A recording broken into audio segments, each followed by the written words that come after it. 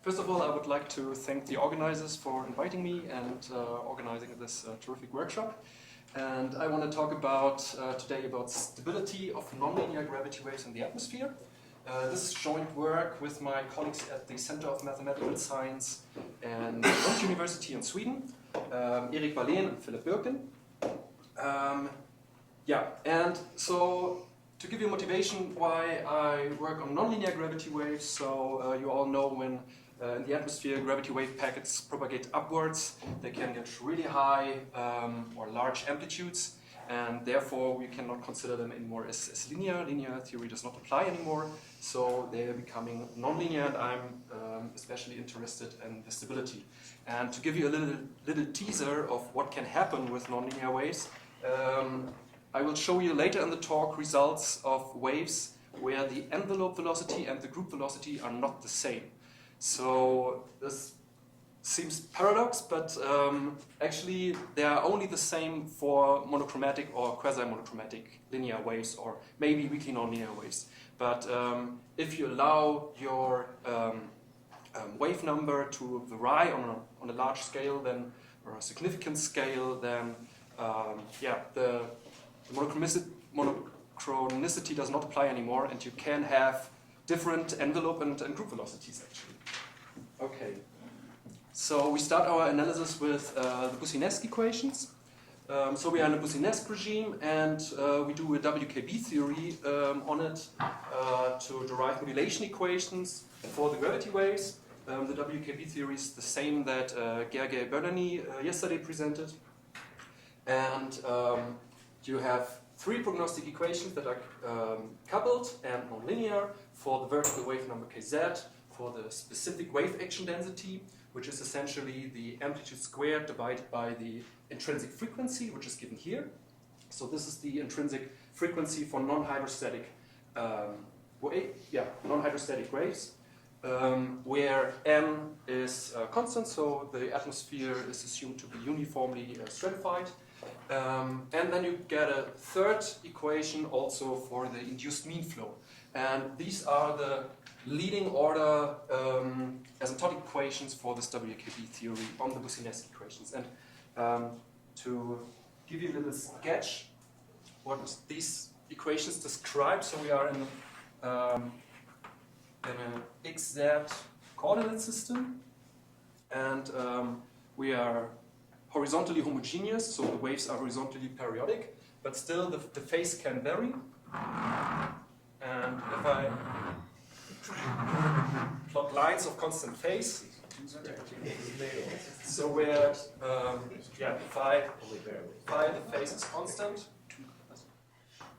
they are horizontally periodic, but they can vary in the vertical. Did you do this on purpose, or is this by accident that you made it? I tried to raise purpose. So, the vertical derivative of the phase is exactly the definition of the vertical wave number for which we have an equation here. And and then we have this whole thing is enveloped by the amplitude. So these are now lines. Well, it doesn't look so different. So if these are, that's better. If these are lines of constant amplitude, and I make a transect like here, then this maybe look like a Gaussian, if you like. So, and this is what these equations describe. And additionally, you also have the induced mean flow, which is to leading order. Okay. Now we can rewrite the equations much more simpler by putting everything into vector y, which is in the R3. And then you can rewrite the equations in this form, simple conservation law actually, where the flux is everything here behind the vertical derivative. And note that the flux does only depend on the y itself, so it is an autonomous flux, and therefore this system has plane wave solutions, where the plane wave solution is a capital Y, which is just constant. And this is a well-known fact about the Boussinesq equations. The plane wave solve the complete, fully nonlinear Boussinesq equations analytically. So this just reproduces that. And to assess the stability, of these plane waves, what we do is we linearize the modulation equations around the plane wave. And what we get is this linear equation where now this Jacobian of the flux appears evaluated at the plane wave.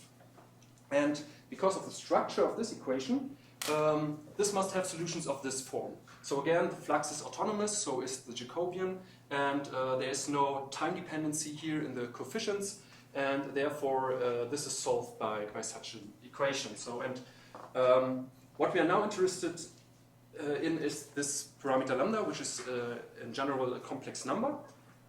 And you can already see that if lambda is a purely imaginary number, then you have just, the perturbation is just an oscillation, and the solution is bounded for all times. When lambda has a negative real part, then the solution decays in time, and it is also bounded, and we are fine and stable and everything. But as soon as lambda has a positive real part, the perturbation blows up, and this is what we call instability. So Mark, if you go back to the first slide. Yeah, sure. Slightly puzzled, those equations apply when you follow the group velocity ray, right? These are not the PDEs, these are the characteristic equations along the ray, so the time derivative is taken along the ray. But in your next step, you seem to be actually working in T and Z as independent variables. So aren't there terms... T and Z are independent. These are not the ray equations along the rays. Those are really in...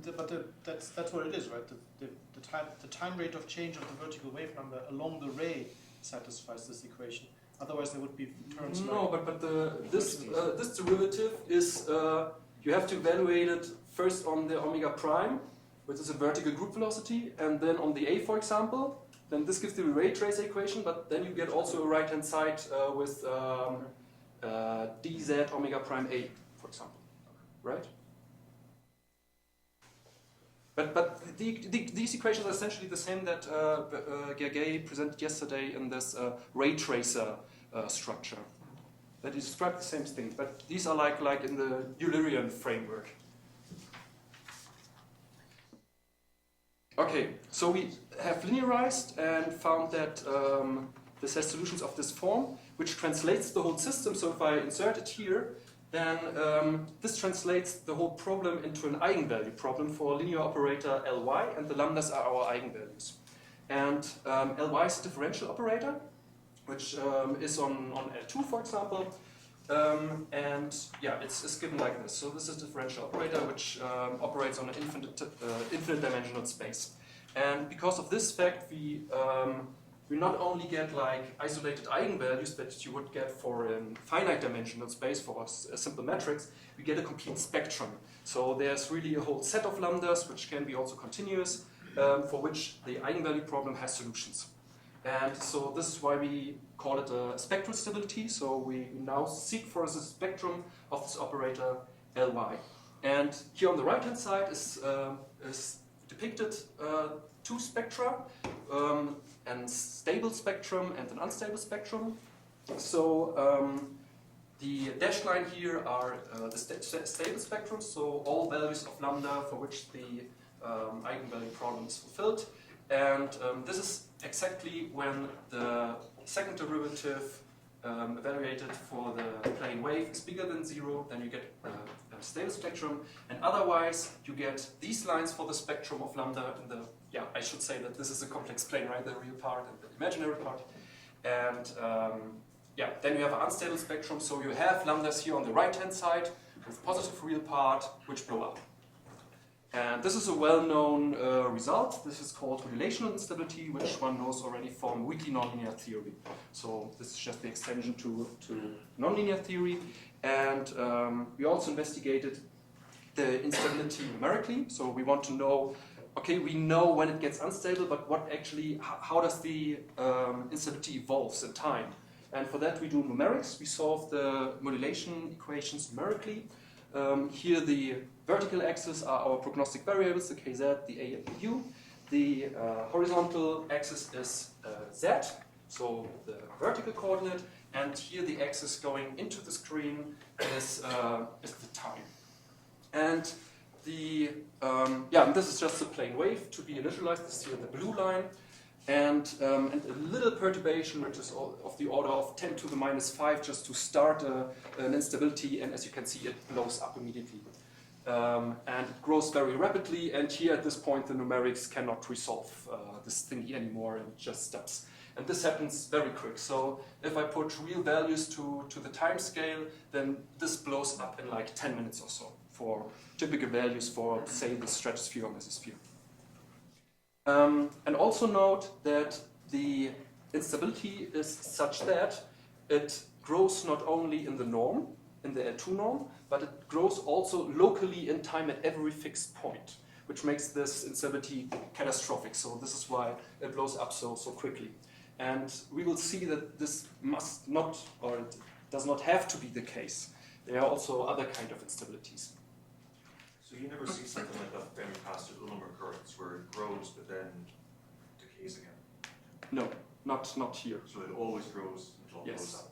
Yeah, I mean, this is so this is initially modulational unstable wave I simulate here, right? So you can have stable modulational, stable waves. You can have modulational instability that narrows and peaks, but then it broadens again. Not in this theory. No, not in the theory. Yeah. Okay, so the question is now: can we extend the theory? Can we do better? So one limitation of the Boussinesq theory is that it does not account for the varying background density. So we really want to have the anelastic effects that the amplitude can grow when it propagates upwards, and this we get with the pseudo-compressible theory. So actually you can derive this set of modulation equations directly from the Euler equations with the WKB theory, but you find out that they are just in the pseudo-compressible regime. That's why I call them the inviscid pseudo-compressible modulation equations. And what happens is that you get on the right-hand side an inhomogeneity now, where this parameter eta appears, and eta just measures the exponential decay rate of our background density in an isothermal atmosphere. So the equations allow for varying eta, but in this case it is fixed. We are in an isothermal atmosphere. And because of the inhomogeneity, these equations don't have plain wave solutions anymore, but they have traveling wave solutions. So they have solutions that travel in time, but with a constant speed. And this is what I call the envelope velocity, which is not necessarily the group velocity. And what these fronts will look like, we will see later in the numerical analysis. Isn't it, I mean, if you have an isothermal atmosphere and you put in the exponential density decay exactly, in the textbook case, right, then you get a vertical structure which is exact, which is just that it decays. I mean, it has the amplitude e to the rho, and I think it's a factor of half somewhere. But you get exactly there's an exact plane wave solution to that, right? So I'm slightly puzzled. There is a plane wave solution to that, yeah, that's right. But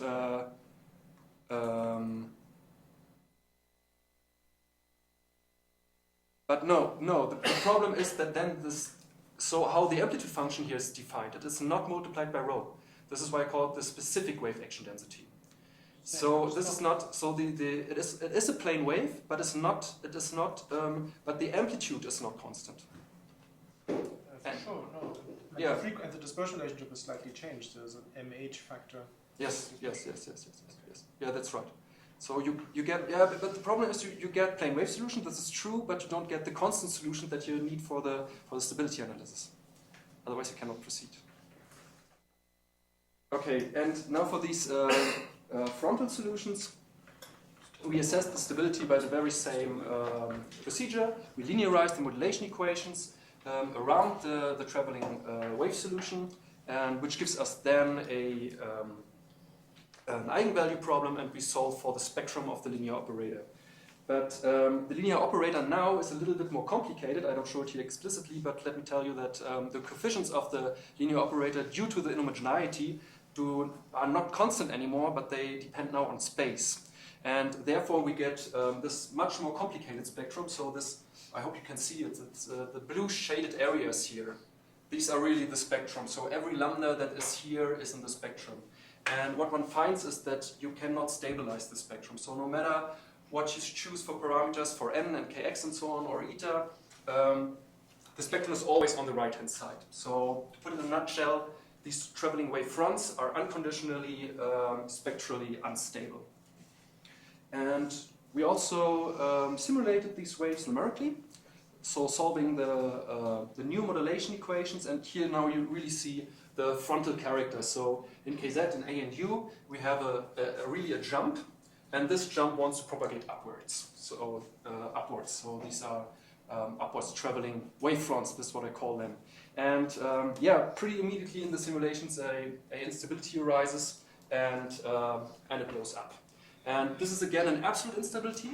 But now we have to be careful. It's an absolute instability in a moving frame. So we are in the because it's a traveling wave. We're sitting now in the coordinate system that moves with the wave, and in this thing, the instability is fixed. It does not move, and one can really nicely derive that this instability must occur in the tail of the traveling wavefront. Yeah, and this blows up immediately. So here again, on the time axis, this is very short scale. This is like in 10 minutes, this thing would just disappear. It would blow up. So again, the question: can we do better? Can we find better solutions?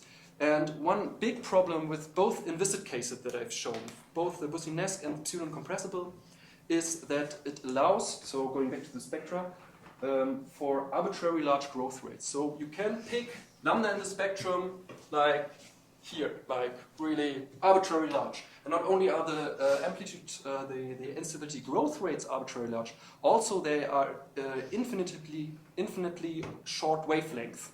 So, and the same applies for the Boussinesque case as well. And this is really a problem. It is not only unphysical, but mathematically it's evidence for ill-postedness. And but we can regularize the system by including dissipation. I mean, it's kind of intuitively, physically obvious that in the Euler equations you can have just arbitrarily small instabilities that blow up arbitrarily fast. But with dissipation, this cannot happen anymore.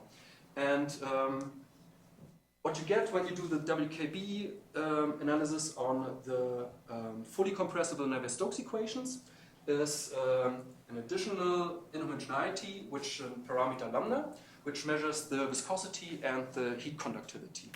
And this set of modulation equations was first derived by Grimshaw, 1974. So this is why I call them the Grimshaw modulation equations. And this also have now traveling wave solutions. So it has no plane wave solutions, but traveling wave solutions. And in this case, really wave packet solutions. And not only upward traveling waves, but also downward traveling waves, which is, I find, pretty exciting. And we do the same thing. We do the linearization and then solve for the spectrum of the linear operator, which is a differential operator. And we find analytically some very nice results about the character of the instability. So again, we find that these waves are unconditionally unstable, but one can show in a space, in an exponentially weighted space. So this is the space connected with a norm like alpha is the exponential weight, L2 equals the norm of e to the alpha zeta u in the usual L2 norm. So what this space does is, or this norm does is, if alpha is positive, it penalizes instabilities as at plus infinity and favors them at minus infinity. And if you now compute the spectrum in this space and find the alpha such that all alphas are now on the left-hand side, so in this space all instabilities are stable, then this really means that the instability must decay faster than alpha at plus infinity. And this can only happen if the instability propagates. So it is not absolute anymore, it's not fixed, it can decay locally at every fixed point. And this is exactly what happened. We find analytically a nice result for this transient instability. This is what it's called, so if it's propagated, it's transient. And the upward traveling wave packet is transient unstable if the envelope velocity, which is constant and bigger than 0, is bigger than the group velocity at the head of the wave packet, is bigger than the group velocity at the tail of the wave packet is bigger than 0. And if one of these criteria fails, then again we get absolute instability and this thing will blow up immediately. And also, quite interestingly, the downward traveling wave packets are unconditionally transient, unstable. They can never be absolute unstable. So how would you calculate C, the speed of the amplitude envelope? I would always assume it was directly. I know you're not dealing with monochromatic wave packets, but still, how do you characterize the value of C, which you're saying is a constant? You can pick it. It's really a free parameter. There are some constraints on C. So there's, for example, for the front, there's a critical C. So for the frontal solution, I've shown this envelope velocity must always, at every point, must be bigger. So the constant must be bigger at the group velocity at every point. But otherwise, you can pick it, and it's free. Yeah. Sure. Okay, so also we did some numerical analysis to that. And here you really see now the wave packet character. So the regularization with the dissipation really makes now nice wave packets in the amplitude, whereas in KZ and U it's still a front, which is quite interesting. So I want to point out that, for example, in U, you really get a jump. So after the acceleration of the wave, you have a persistent wind afterwards, which is quite interesting.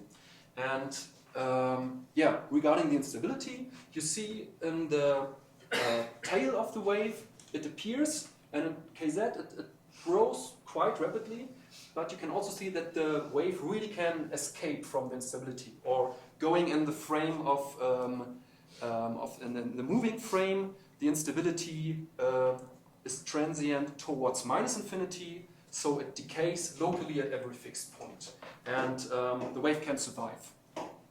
So this is here really the message. So this is a time scale. So putting real values to this is now several hours, and I just stopped here the numerical integration because the wave ran out of the domain. So is the interpretation of, if I just take the top plot and the initial line,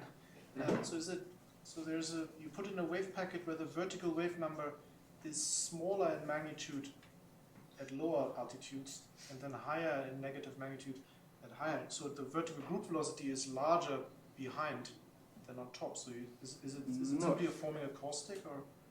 No, it's not. This is negative, and the group velocity is such that it is higher at the head of the wave packet.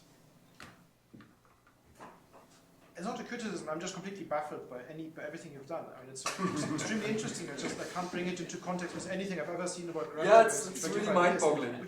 And to put it to make it even more mind-boggling, I come now back to my motivation.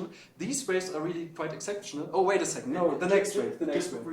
Yeah. What is the value of Kx? Because that helps a lot in interpreting what you mean by Kz being large or small.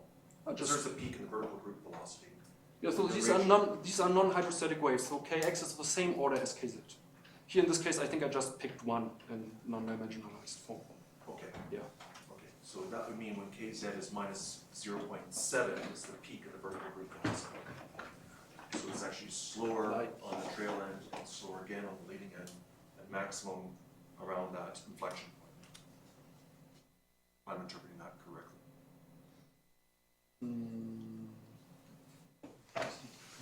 I have to think about it.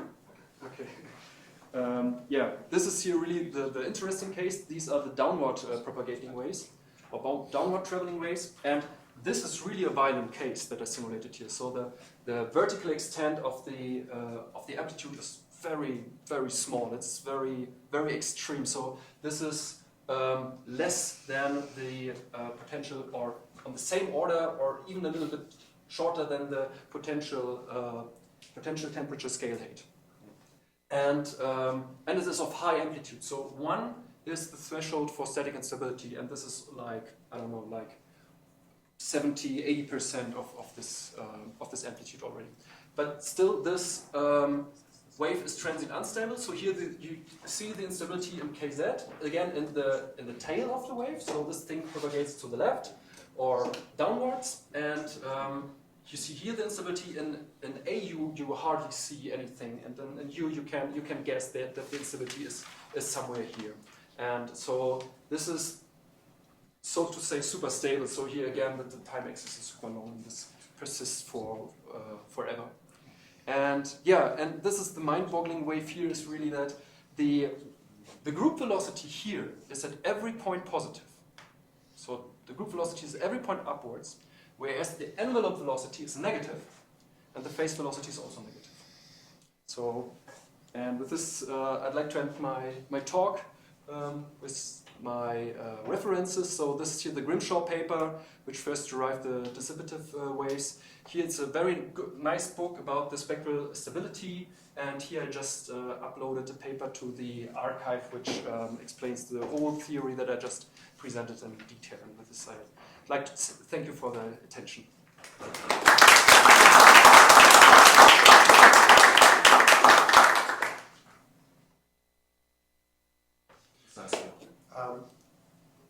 Which way does anticipation help that you get propagating wave packets in the dissipative case, but not in the non-dissipative case? Can you explain?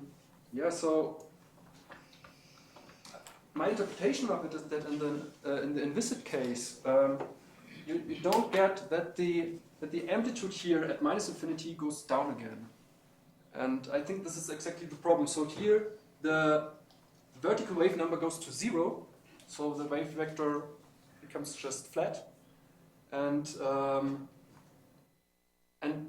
yeah, I cannot explain it completely physically, but somehow the dissipation really pushes at minus infinity the amplitude down, so it goes to 0, and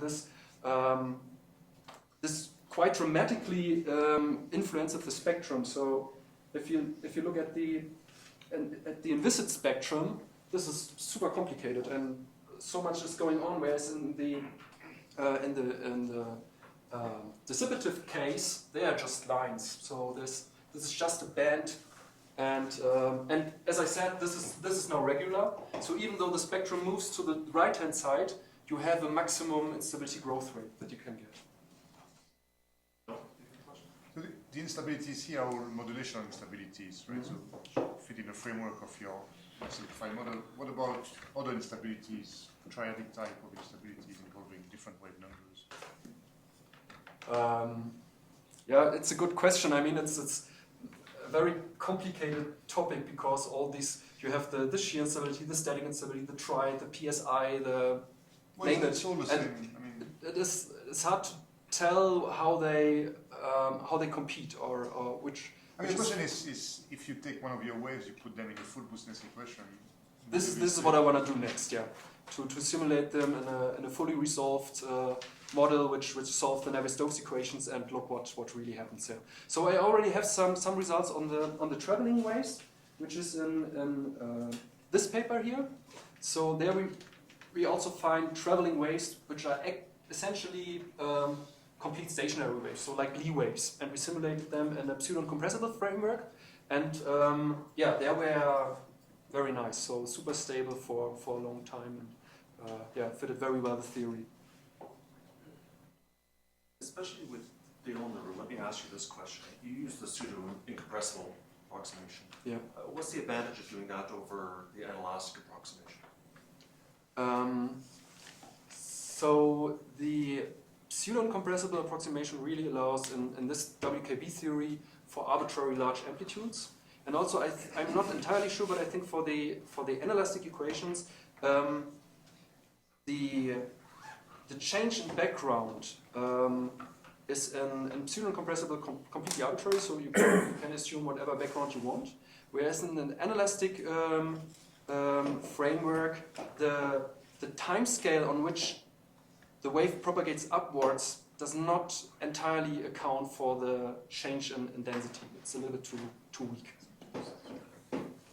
I mean, you only used it in a kind of poetic license, and you just made your amplitude grow. That was your representation of density change. I mean, that's not a criticism. We're saying I'm not sure it's that sensitive to the difference between pseudo-compressible and inelastic. Mm-hmm. But did you take the change in the dispersion relationship into account? That if you have in the dispersion relationship, you mean in the inelastic you get this additional term like 1/4h, right? that we do not got. Our in this pseudo-incompressible framework, the dispersion relation is the same as for Boussinesq, but essentially this n can vary can vary vertically. And I mean, this is, I don't want to emphasize so much on the pseudo-incompressible because this is just an outcome of the theory. So what one actually does is one starts with the complete compressible Euler equations, then does the scaling with it, and the WKB theory, and then it's just an outcome that coincides with the pseudo-incompressible theory. Yongse, last question. Can you help me understand the difference between the definition of the group and the envelope of velocities? Yeah, I don't know if I can do it quick, but let me erase here a little bit. I want to know how you do those dotted lines. Do you know Leonard Susskind? He's a physicist who does this all the time in his lecture. We'll have a little tutorial for those people tomorrow morning. So, if you have a wave packet for variable a and say x and t, and at time 0 you represent it as a Fourier transform of, call it a, at time 0 e to the ikx dk, yeah? And then if the wave is linear, you can just superimpose all the different modes. So you get something like for a, x and t, you get the integral, the Fourier transform a of k, I should put here also k, times e to the ikx minus omega t dk. And now what you do is, omega is linked to the k by a dispersion relation, and you just do a Taylor series of that. So you evaluate omega of k, the dispersion relation, at some central wave number. So this is the plane wave assumption. You just have a central wave number. So what you get is omega at k0 plus omega prime of k0 times k0 minus k. And if you plug it into your Fourier analysis, what you find is then really the typical form of a wave packet with a phase velocity which is given by omega over k and the group velocity given by this. But this only coincides, as I said, you made here the assumption, here you made the assumption that the wave is linear, and here you made the assumption that this centered about one wave number. So it only works for quasi-monochromatic waves. Does it explain the question? So you meant the envelope velocity is different from the group velocity for the linear waves, right? I think what we're going to do is you two will sit down over lunch. I'd like to be at that table because I still don't fully understand it myself. But let's thank Mark once again for next time.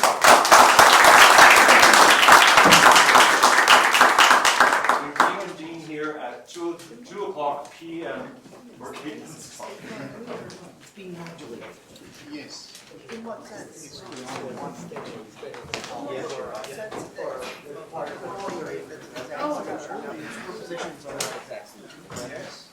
So, we talked two yesterday.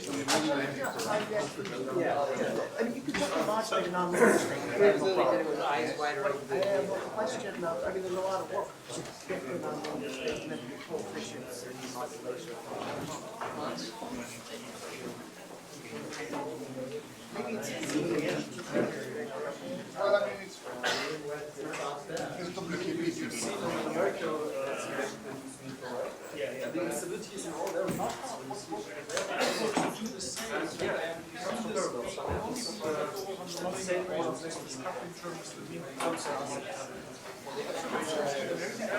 Standard ray tracing.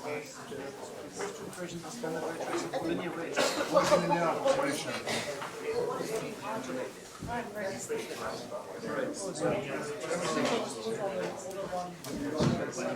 Monochromatic. That's why it works. But then what's the almost up? Well, I mean, No, but it's it works. a key point. Yeah, but it's because like in convection you can modulate nonlinear convection states, but they're not just assigned to it. You have to work really hard. That's why it plays. But what I don't understand is I thought it's superposing. So what's the harmonics? Well, there's actually one harmonic. There's only one harmonic. But I thought he's arguing that there's. But it's but the modulation, you can think of it as having nearby harmonies. Okay. It's quite unusual because it makes full using fractions. They don't have an exact number. Yeah, okay. So really exploiting that. That's Taking it further. and then you get the full state. Yeah, okay. That's good. Yeah, send me the paper, good.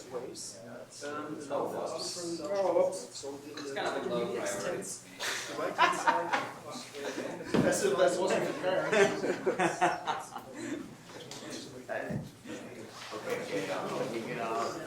Well, it might get into my spam filter. It's funny because I had.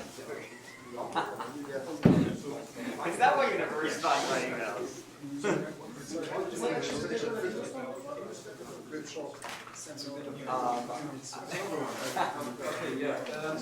So they are. No, it's 775. Well, actually, let me just look at it right now. The second one is the one which does GNM. Essential spectrum, which is a continuous spectrum. And in all cases, this is only the essential spectrum. And one item, because it's always the obvious point spectrum. Never store my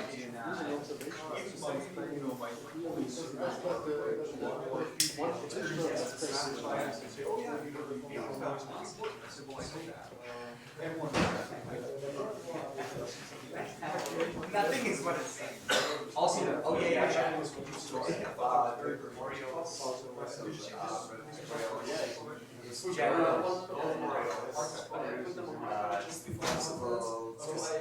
I haven't seen it into a journal. It is. Which journal is suitable for that? So. Yeah, that's the ordinary QGB. And this is the way it's No, I really would like to put it into text. I feel like you start talking about these spectra, and it might be too mathematically advanced for. Yeah, but on the other hand, exactly this community needs these results. I mean, I suppose that's true. Yeah, so if I put it on the Blackboard journal, and this is only left by mathematicians who don't care where the information come from. So fair enough. And Just come to my blog. They contribute to the potential electricity balance. I mean, the outcome the theory is strongly. Okay, so potential electricity is materially absurd, right? Then it's transient. So the source and sink of potential electricity is a diabatic process, not the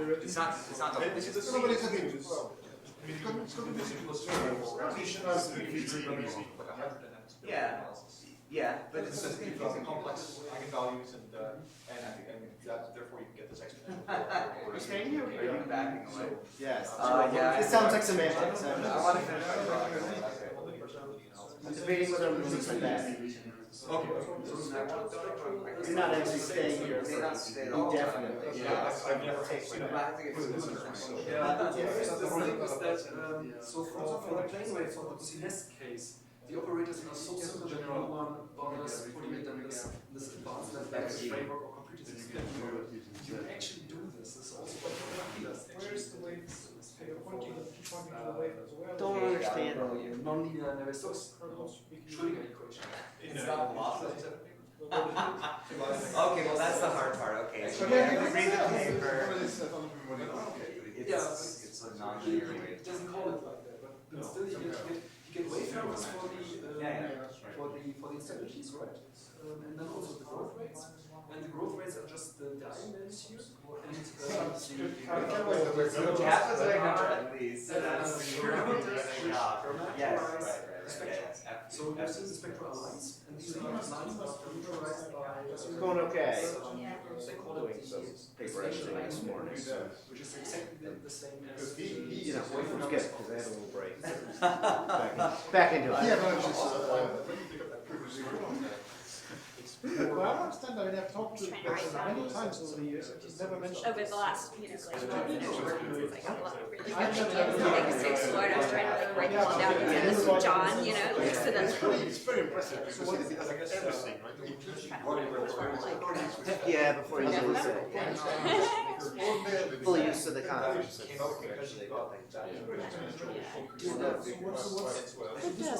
This was also my first thought in my first generation. Are you? Yeah. Because when I came out in October, it told me. Okay. I didn't know, 'cause I don't know who he is. It's the short. So those are just found out. Yeah, they just told us. It's a short. It's a short. I mean, he hasn't given us an update. Yeah. Because I seem to be for a little while. Yeah. I mean, when he told us, he seemed like it was really positive. It was just like, it wasn't, means that so it was a good diagnosis in terms of like, it's, I know he's not, he didn't go to ocean science, he really didn't come here because of sort of carrying. You know, I think there are times when I think she feels, Yeah. Well, he should have, why didn't he put this should be? isn't, He's viewing this up as to a Yeah. it's like, I want to think that's. Okay, he's not that crazy. I I've never met him, so. I only talked to him about it. Yeah. I've thought about him a lot since then, but it's not like Right. I feel, I don't want to just. Yeah. Right. I mean, if he gives us Yeah. news, I'll let you, I'll let you Thanks, know. you don't have to, but if, I am thinking. I don't think anything's drastic will Yeah, change. okay. So, but it seemed like a pretty positive. Let's hope so. Really exhausted me out of it. Yeah. So early on, conventions were not maybe so settled. Yeah. It's very impressive stuff. I don't want to say anything on it, but I think, yeah, you should withdraw your 1993. So how does Chi and Vanessa go beyond this? Because it is You not. do it in small There's items. evolution based on It's a fully coupled system. It's not WKB. It's a proper coupled system. Yeah, it's not a WKB, it's a proper coupled system. Which, I'm looking to your book, and there's no trace of any of those. The footnote somewhere. My more Okay, important well, question can you is, still send it to me? I'll send it, yeah. do I need to write my name up there in the right-hand column and just guess where your name is gonna go? I also spoke vaguely to Reval yesterday, so maybe that's gonna be, I mean, so maybe these sounds, it's not a big car, but it will fit four, so. You don't have your usual convertible? They were fresh out of the What, convertibles. you They do- tried very hard. And I, yeah, you had driven, did you drive across the country?